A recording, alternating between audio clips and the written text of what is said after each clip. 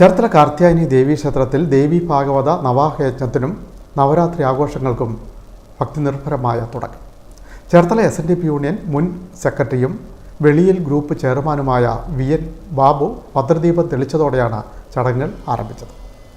ചേർത്തല കാർത്യായനി ദേവീക്ഷേത്രത്തിലെ ഇക്കൊല്ലത്തെ ദേവി ഭാഗവത നവാഹയജ്ഞവും നവരാത്രി സംഗീതാരാധനയും ആരംഭിച്ചു. 13-ന് സമാപിക്കും. ചേർത്തല SNDP യൂണിയൻ മുൻ സെക്രട്ടറിയും വെളിയിൽ ഗ്രൂപ്പ് ചെയർമാനുമായ VN ബാബു ഭദ്രദീപ പ്രകാശന കർമ്മം നിർവഹിച്ചു.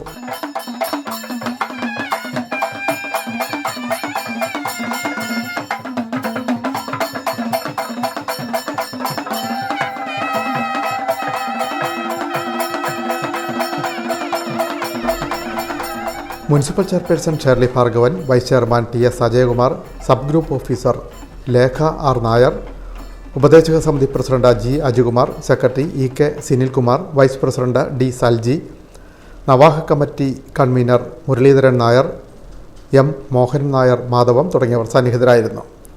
പുല്ലയിലില്ലത്തെ ബ്രഹ്മശ്രീ PV പ്രഭാകരൻ നമ്പൂതിരിയാണ് യജ്ഞാചാര്യൻ. ശ്രീകുമാർ നമ്പൂതിരി, PP ഉണ്ണികൃഷ്ണൻ നമ്പൂതിരി എന്നിവർ സഹ ആചാര്യന്മാർ. അരുൺ പാലമറ്റം, തൊടിയൂർ, സരസൻ എന്നിവർ യജ്ഞ പൗരാണികർ. 13-ന് സമാപിക്കും.